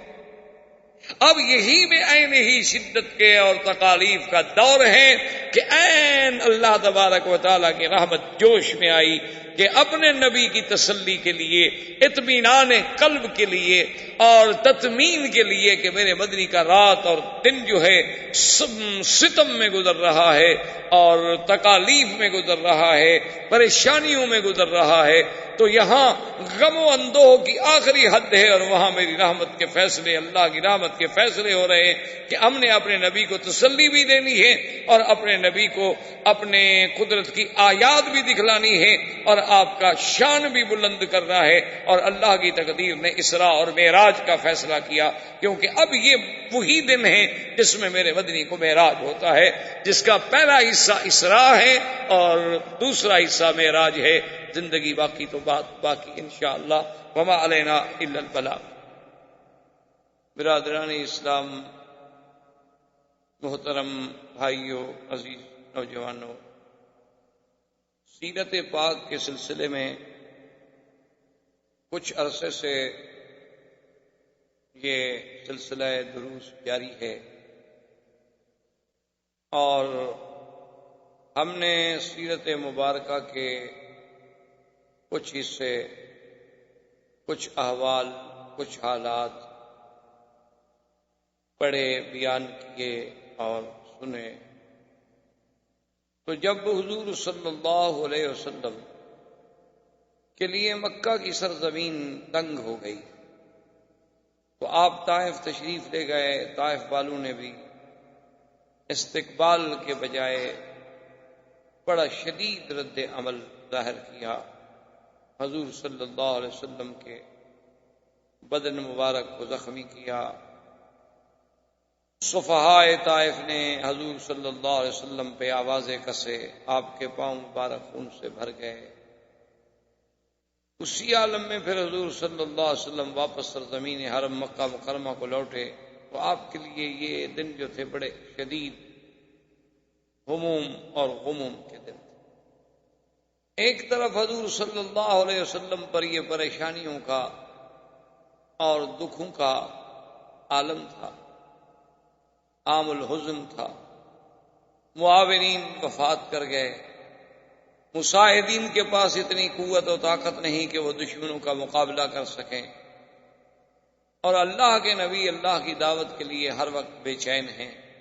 تو اللہ کی قدرت اپنے فیصلے فرما رہی تھی کہ اللہ نے ایک فیصلہ فرمایا کہ اپنے نبی کے لیے اسراء اور معراج، تاکہ ایک تو حضور کی شان میں اور زیادہ بلندی ہو، دوسرا حضور صلی اللہ علیہ وسلم کا اطمینان قلب حاصل ہو، اور آپ کے غموں کا بداوا ہو، اور پورے عالم پر یہ چیزیں جو ہیں جب آشکارا ہوں گی تو پھر انہیں شان محمد مصطفیٰ صلی اللہ علیہ وسلم کا علم ہوگا۔ اور ساتھ ایک گنا تسلی تھی کہ میرا مدنی صرف مکہ اور طائف سے آپ گھبرا رہے ہیں کہ یہ آپ کا ساتھ نہیں دے رہے، ہم تو پوری دنیا کو، آسمان کو بھی آپ کے مسخر کرنے والے ہیں، یہ تو چھوٹے سے شہر ہیں۔ تو اللہ کی تقدیر نے آپ کے اسراء اور معراج کا فیصلہ۔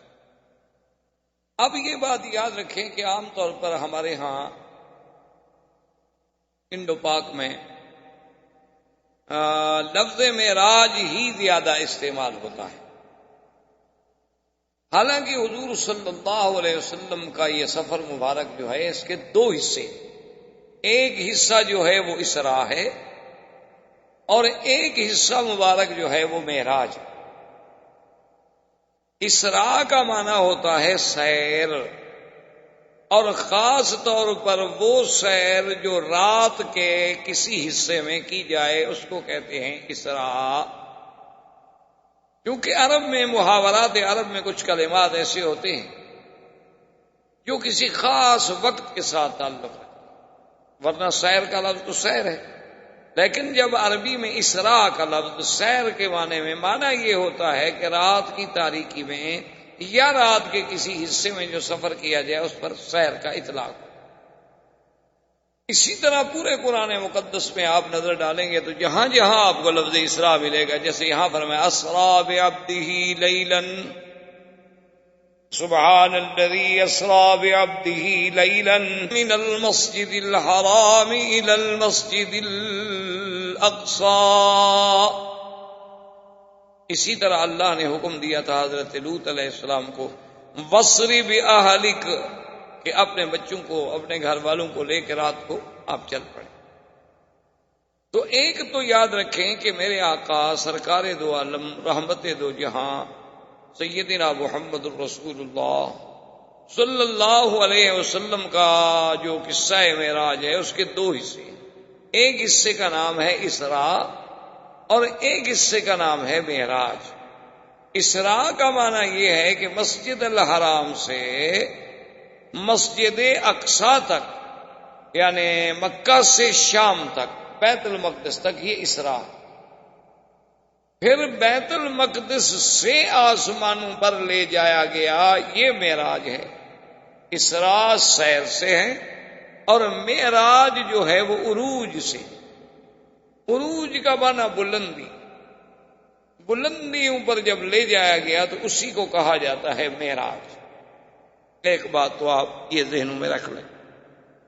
دوسری بات یہ یاد رکھ لیں کہ ابتدائے زمانے سے لے کر، یعنی صحابہ کے دور سے لے کر آج تک جتنے علماء ہیں ان میں یہ مسئلہ بڑا ہی مختلف ہی ہے، اور اس میں زیادہ سے زیادہ دو جماعتیں ہیں۔ ایک جماعت کا تو یہ خیال ہے، اس لیے کسی کو برا نہیں کہنا چاہیے، ایک بات ہمیشہ دماغوں میں رکھ لیں کہ جب اس مسئلے میں صحابہ کے بھی دو گروہ ہو جائیں تو وہ دونوں حق پہ ہوتے ہیں، اس لیے ہم کسی کو برا نہیں کہنا،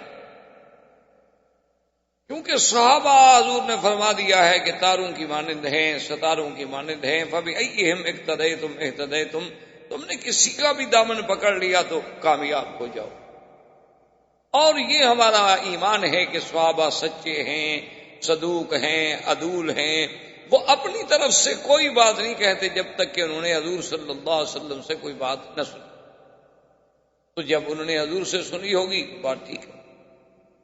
تو اس لیے اگر کسی مسئلے میں اختلاف ہو نا جی، یہ تو اصل میں بڑی کم ظرفی اور تنگ نظری، یا جسے آپ یوں کہیں کہ کم علمی کی بات ہوتی ہے کہ لوگ لڑائیاں کرتے ہیں کہ جی ایک نے آمین زور سے کہہ دی، ایک نے ایسا کہہ دی تو لڑائی ہو گئی، ایک نے رفع یدین کر دیا، ایک نے نہ کیا تو لڑائی ہو گئی۔ تو یہ حالانکہ علمی لوگ ایسی باتوں سے بڑا دور ہوتے ہیں، اور نہ ہی یہ مسائل جو ہیں کوئی لڑائی کے ہیں، بلکہ یہ تو علمی مسائل ہیں، علمی تحقیقات کے تقاضا رکھتے ہیں۔ تابعین میں بھی یہ قول رہے، صحابہ میں بھی یہ جماعتیں رہیں رضی اللہ تعالی عنہم اجمعین۔ اور دراصل اللہ نے اپنے محبوب کے ہر عمل کو قیامت تک جو زندہ رکھنا ہے، تو اللہ نے کچھ ہر عمل کے لیے ایک جماعت پیدا کر دی جو حضور کی سنت کو قائم کر کے چلی جا رہی ہے اور قیامت تک چلی جائے۔ یعنی حضور پاک نے فاتحہ پڑھی، فاتحہ پڑھنے والی بھی جماعت قیامت تک موجود۔ حضور نے یہ بھی ارشاد فرما دیا کہ بھی جن کا امام ہے، امام کا پڑھنا کافی ہے، وہ بھی لوگ موجود ہیں، اس حدیث پر بھی عمل ہو رہا۔ حضور صلی اللہ علیہ وسلم نے رفع یدین فرمایا اور نی بھی فرمایا، تو دونوں پر عمل کرنے والے قیامت تک موجود ہیں۔ یہ تو وسعت تھی دین میں، آسانی تھی دین میں، یسر تھا دین میں، کہ جس کو جو بات پہنچ گئی تھی الحمدللہ، قصور کی بات تو ہے نہیں، فروئی باتیں، اور دونوں میں حدیثیں موجود ہیں، لڑائی کا کیا ضرورت؟ یہ تو بڑی فراخ دلی والی بات ہے، لیکن افسوس بدقسمتی ہے ہماری کہ آج یہ مسائل جو ہیں بڑے اختلاف والے بن گئے۔ وہ ایک دفعہ پرانے دور میں برٹش کے زمانے میں ایک مسجد پہ لڑائی ہو گئی اسی آمین کے مسئلے پہ، کچھ لوگ کہیں ایسا کہو، کچھ کہیں زور سے کہو، لڑائی ہو گئی، لوگ زخمی ہو گئے، کیس ہوا، مقدمہ ہوا۔ بہرحال وہ جب جج کے پاس گیا تو جج نے دونوں وہ جھگڑنے والے جو تھے نا، دونوں کو سزا دے دی، اور اس میں لکھا اس نے کہ بھی فریقین کے دلائل سننے کے بعد میں اس نتیجے پہ پہنچا ہوں کہ اسلام، دین اسلام میں آمین جو ہے بالسر بھی ہے، بالجہر بھی ہے، یعنی آمین آہستہ کہنا بھی جائز ہے اور زور سے کہنا بھی جائز ہے، لیکن آمین بالشر کا کہیں ثبوت نہیں ملتا کہ آمین کو شر کا بہانہ بنا دیا جائے، اس لیے میں ان دونوں کو سزا دیتا۔ تو اصل بات ٹھیک تھی، حالانکہ وہ کافر تھا، انگریز تھا۔ اس نے کہا بھی آمین بالجہر، آمین بالسر تو ہے، لیکن آمین بالشر کہاں سے نکل آئی کہ آدمی آمین پہ آ کے لڑائی شروع کر دے، لڑنا شروع، تم نے کیوں زور سے کہی اور کہے تم نے کیوں نہیں کہی۔ اسی طرح معراج کے مسئلے میں بھی یاد رکھیں ہمیشہ کہ اس میں بھی دو قول ہیں جو بڑے بڑے قول ہیں، اور دونوں طرف صحابہ ہیں، دونوں طرف تابعین ہیں، دونوں طرف ائمہ محدثین ہیں، ائمہ مجتہدین ہیں، اور اللہ ان کی قبروں پہ کروڑوں رحمتیں فرمائے۔ کسی کے بارے میں کبھی دل میں ذرا سا بھی برائی کا خیال نہ رہے، یہ ہمیشہ یاد رکھیں، ورنہ ان کا تو کچھ نہیں بگڑے گا، ہمارا خاتمہ ٹھیک نہیں رہے۔ جب اللہ کسی سے ناراض ہوتا ہے تو اس کو اپنے بزرگوں کا دشمن بنا دے، وہ بس سارا دن پھر یہی کام کرتا رہتا ہے کہ دیکھو جی فلاں امام نے کیوں یہ کہا اور فلاں نے یہ کیوں کہا اور فلاں۔ تو اس لیے ایک بات کو سمجھ، حالانکہ دیکھیں پہلے کتنا رواداری تھی، کہ تاریخ میں آتا ہے کہ امام شافعی رحمۃ اللہ علیہ ایک دفعہ بغداد تشریف لے گئے اور اتفاقاً انہوں نے اس مسجد میں جا کے نماز پڑھی جہاں امام ابو حنیفہ رحمۃ اللہ علیہ کی ساتھ قبر ہے، کیونکہ امام ابو حنیفہ رحمۃ اللہ علیہ بغداد میں دفن۔ تو امام شافعی خود امام ہے، یعنی کوئی چھوٹا آدمی نہیں، کوئی عام مولوی عالم نہیں، امام وقت ہے۔ لیکن جب انہوں نے نماز پڑھی تو اس دن رفع دین بھی نہ کیا اور آمین بھی نہ کہا دور سے، حالانکہ یہ تو امام شافعی کا مسلک ہے، رفع دین کرنا اور آمین دور سے کہنا، اور ہر رکعت میں فاتحہ پڑھنا چاہے آگے امام ہو نہ ہو، کسی حال میں بھی، یہ تو امام شافعی کا مسلک ہے۔ لیکن اس دن آپ نے چپ کر کے رفع دین بھی نہ کی اور آمین بھی زور سے نہ کہی، ہاتھ بھی اوپر نہ باندھے، ہاتھ بھی نیچے باندھ لیے اور نماز پڑھ لی۔ جب نماز سے فارغ ہوئے تو ان کے شاگرد جو تھے وہ بڑے پریشان ہوئے، انہوں نے کہا کہ ہمارے امام استاد کو کیا ہو گیا، امام نے تو اپنا مسلک چھوڑ دیا۔ تو سارے جناب دوڑتے ہوئے انہوں نے کہا یا امام یہ کیا ہو گیا، آپ نے کیا کیا؟ ساری زندگی ہمیں فرماتے رہے رفع دین کرو، آمین کہو زور سے، اور آج آپ نے آمین بھی چھوڑ دی، رفع دین بھی چھوڑ دی، اور ہاتھ بھی آپ نے ناف کے نیچے باندھے ہوئے تھے، ہمیشہ ہاتھ آپ سینے پہ باندھتے ہیں، یہ کیا ہو گیا؟ انہوں نے فرمایا استحییت من صاحب ھذا القبر، اس قبر والے بندے سے مجھے حیا کہ اس کے مسلک میں چونکہ یہ چیزیں نہیں ہیں، تو لہذا اگر آج میں اس کے قول پہ عمل کر لوں تو کیا ہو جائے؟ آخر اس کے پاس بھی تو احادیث رسول اللہ ہے، وہ اپنی طرف سے تو کچھ نہیں کہتا، وہ بھی جو کچھ کہہ رہا ہے وہ بھی تو حدیث رسول اللہ سے کہہ رہا ہے، صرف فہم افہام و تفہیم کا فرق ہے نا، کہ ہم نے اس کے معنی کو یوں سمجھا اور اس نے اس کے معنی کو یوں سمجھا، تو افہام و تفہیم میں تو فرق ہو سکتا ہے۔ چار آدمی ہم بیٹھے ایک عبارت کا ترجمہ کریں، لازمی بات ہے ہر آدمی الگ ترجمہ کرے گا، یعنی آپ ایک اردو کا جملہ لکھ کر کسی کو دے دیں، اس کو کہیں گے جی اس کی تشریح کرو، چار آدمی کو دے دیں، چارے آدمی الگ تشریح کریں، اگر مقصود ایک ہوگا لیکن مفہوم ایک ہوگا، لیکن لفظ اور طریق جو ہے وہ الگ الگ ہو۔ تو یہ ادب تھا، یہ احترام تھا، اور ان کا ایک بہت بڑا مشہور قصیدہ ہے جو انہوں نے امام ابو حنیفہ رحمۃ اللہ علیہ کی شان میں لکھا تھا کہ فلعنت ربنا اعداد رمل، انہوں نے کہا کہ اللہ اس بندے پر جتنے اس کے ریت کے ذرے ہیں نا اتنی لعنتیں بھیجے جو ابو حنیفہ کے قول کو ٹھکرا دے۔ یہ کہہ دے کہ میں امام صاحب کے قول پہ عمل نہیں کرتا، میرے نزدیک دوسرا قول راجح ہے، لیکن یہ تو نہیں نا کہ کہہ دے کہ وہ غلط تھے اور وہ نعوذ باللہ کوفے کے قصائی تھے اور وہ جاہل تھے اور وہ کچھ نہیں تھے اور وہ یوں تھے اور یوں تھے، ان کو تو حجامت کے مسئلے بھی نہیں آتے تھے اور لوگوں نے امام مان لیا۔ تو ایسی چیزیں جو ہے نا، اس لیے ہمیشہ ذہن میں رکھا کریں، کیونکہ آج کل ہمارے نوجوانوں پر یہ مسائل بڑے سوار ہیں، ان کو بدقسمتی ہے ہماری کہ ہم کیا کریں کہ آدمی چار جماعتیں پڑھ لیتے ہیں بیچارے، دو دین کی کتابیں پڑھ لی اور دعویٰ ہو جاتا ہے کہ میں عالم ہو گیا، میں مولوی ہو گیا، پھر اور جب آدمی صحیح معنوں میں عالم نہ ہو تو پھر دین ملا فی سبیل اللہ فساد، پھر مولوی اسی کو کہتے ہیں کہ جو چپ نہ کرے، کوئی نہ کوئی بات کہتا ہے، صحیح ہو یا غلط۔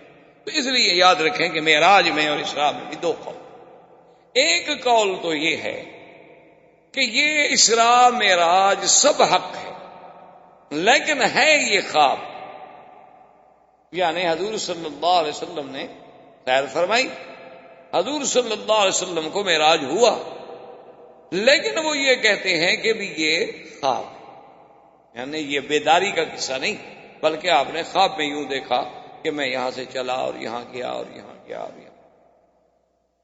ایک دوسرے علماء کرام صحابہ عظام سلف صالحین کا یہ قول ہے، وہ کہتے ہیں نا یہ واقعہ جو ہے خواب کا نہیں ہے بلکہ بیداری کا ہے، اور صرف روح کو یہ سفر پیش نہیں ہوا بلکہ حضور صلی اللہ علیہ وسلم نے روح مع الجسد اور بیداری میں جاگتے ہوئے آپ نے یہ سب کچھ دیکھا ہے، اسراء بھی اور معراج بھی دونوں حضور صلی اللہ علیہ وسلم کے وجود مسعود اور آپ کے بیداری کے عالم میں روح اور جسد کے ساتھ آپ نے یہ سارا سفر کیا، یہ خواب نہیں۔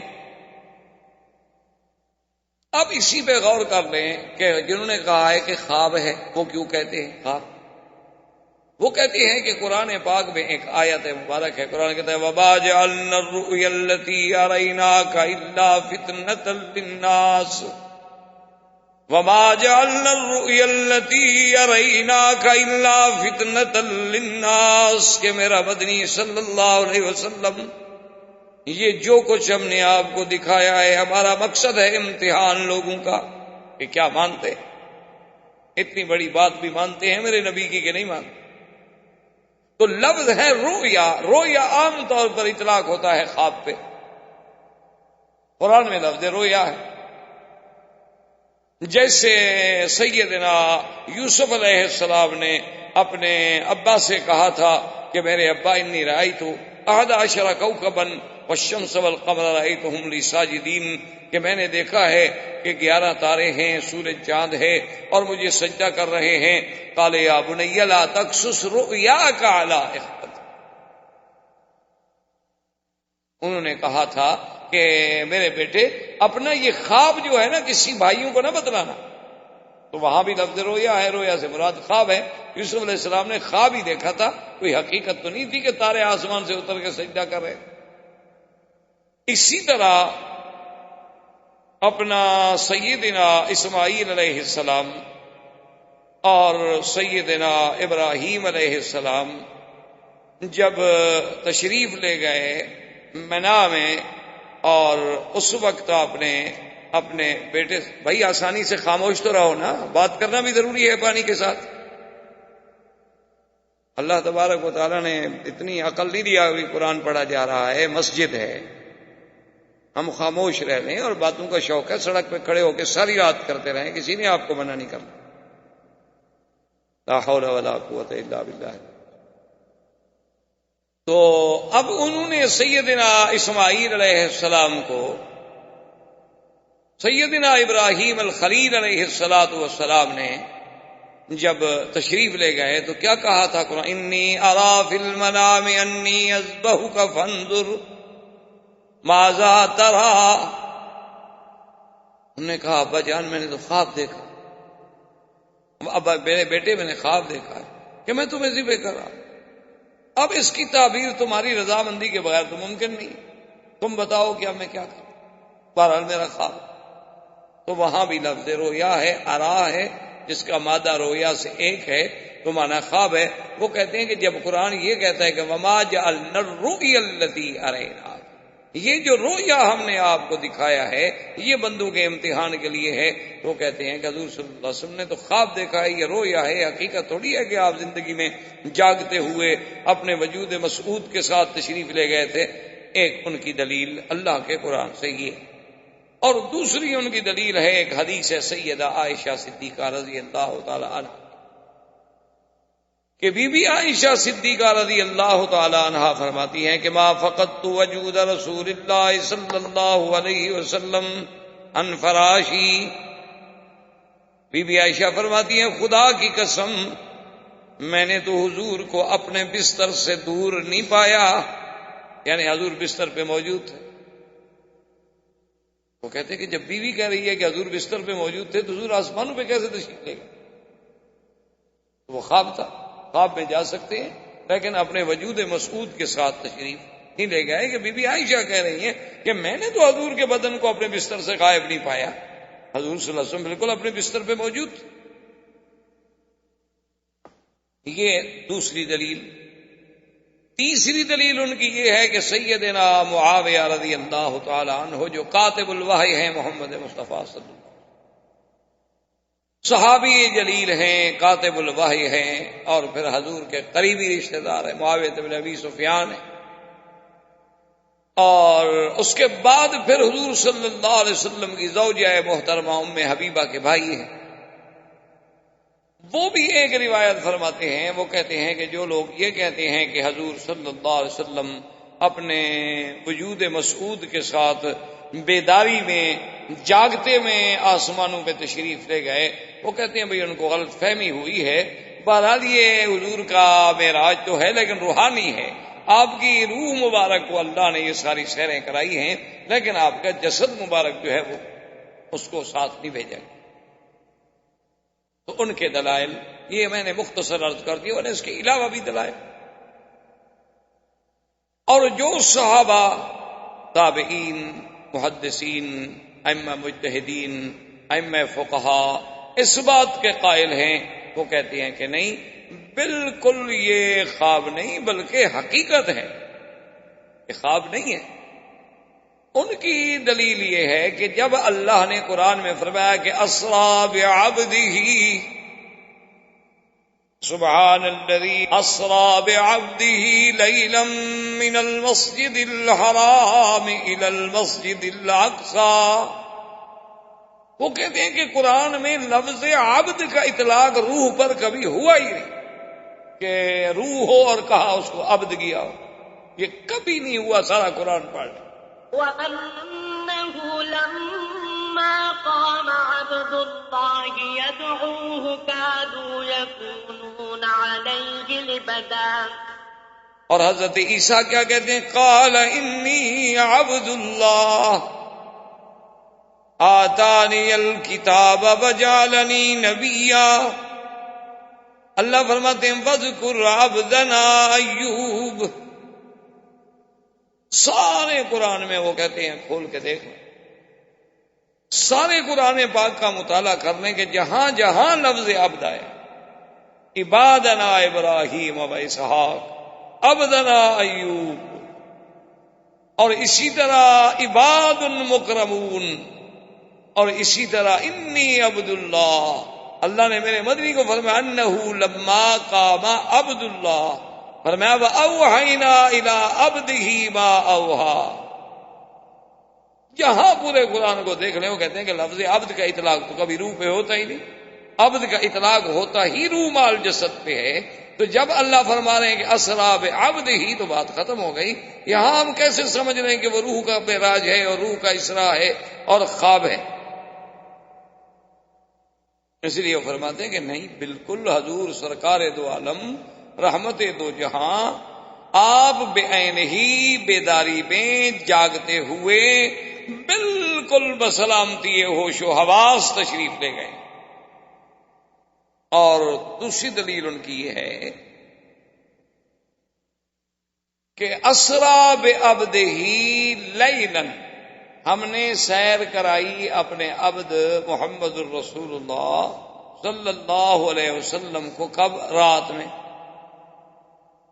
تو کہتے ہیں کہ جب خواب کی بات ہو تو پھر رات کی کیا ضرورت ہے کہنے کی؟ خواب تو رات کو دیکھے یا دن کو دیکھے، سوئے میں دیکھے، رات کو دیکھے. اکثر اوقات خواب ہوتے ہی رات میں ہیں، تو پھر اس کی ضرورت کیا تھی اتنی بڑی بات کہنے کی کہ ہم نے رات میں سیر کرائی؟ تو یہ دلیل ہے کہ کوئی سیر کسی کو جاگتے میں کرائی جا رہی ہے کہ ساتھ وقت کا تعین بھی کیا جا رہا ہے کہ وہ سیر دن میں تھی کہ یا رات میں تھی. ورنہ اگر خواب کی بات ہوتی تو پھر اس کے ساتھ لیلن کہنے کی کوئی ضرورت. دوسری دلیل ان کی یہ. اور تیسری دلیل ان کی یہ ہے کہ اگر یہ خواب تھا تو پھر مکے والوں کو اتنے شور کرنے کی کیا ضرورت تھی؟ خواب تو کوئی بھی دیکھ سکتا ہے، دنیا کا آدمی. خواب تو آپ بھی دیکھتے ہیں کہ ابھی آپ ہندوستان میں ہیں، ابھی آپ اپنے گھر میں بیٹھے ہوئے تھے، آپ بھی خواب دیکھتے ہیں ہندوستان میں رہتے ہوئے کہ یار میں تو مکہ شریف میں طواف کر رہا ہوں، میں عمرہ کر رہا ہوں، اور میں صفا مروہ دوڑ رہا ہوں، میں مدینہ منورہ میں کھڑا ہوں، ریاض الجنہ میں نفلیں پڑھ رہا ہوں. یہ تو خواب ہر آدمی دیکھ سکتا ہے. خواب میں تو وہ چاہے ایک سیکنڈ میں ہندوستان پہنچ جائے، واپس اپنے ملک آ جائے، ادھر چلا جائے. روح کی سیر تو کوئی مشکل ہوتی نہیں. وہ تو کوئی اتنی بڑی اچھمبے کی بات نہیں تھی کہ مکے میں کافر ابو جہل اور سارے شور مچائیں دیکھو اللہ کا نبی کیا کہتا ہے اور اللہ کا نبی کیا کہتا ہے. خواب کی بات ہے، خواب ہر کوئی دیکھتا ہے، اس میں مخالفت یا اس میں اعتراض کرنے کا تو کوئی سوال ہی پیدا نہیں ہوتا تھا. تو جب کافروں نے اتنا مخالفت کی تو معلوم ہوا کہ ان کو کوئی چیز مشکل نظر آئی. خواب میں تو یہ چیز مشکل ہوتی نہیں. مشکل نظر آئی کہ ایک زندہ انسان 1 مہینے کا سفر رات میں کیسے طے کر لیا، کیسے بیت المقدس پہنچ گئے. خواب میں تو وہ بھی پہنچ سکتے ہیں، ہم بھی پہنچ سکتے ہیں. احباب کرام، اس کے بعد اب آپ اس مبارک سلسلے کی CD نمبر 10 سماعت فرمائیں. نمبر 10 سماعت فرمائیں. نمبر 10 سماعت فرمائیں. نمبر 10 سماعت فرمائیں. نمبر 10 سماعت فرمائیں. نمبر 10 سماعت فرمائیں. نمبر 10 سماعت فرمائیں، نمبر 10 سماعت فرمائیں، نمبر 10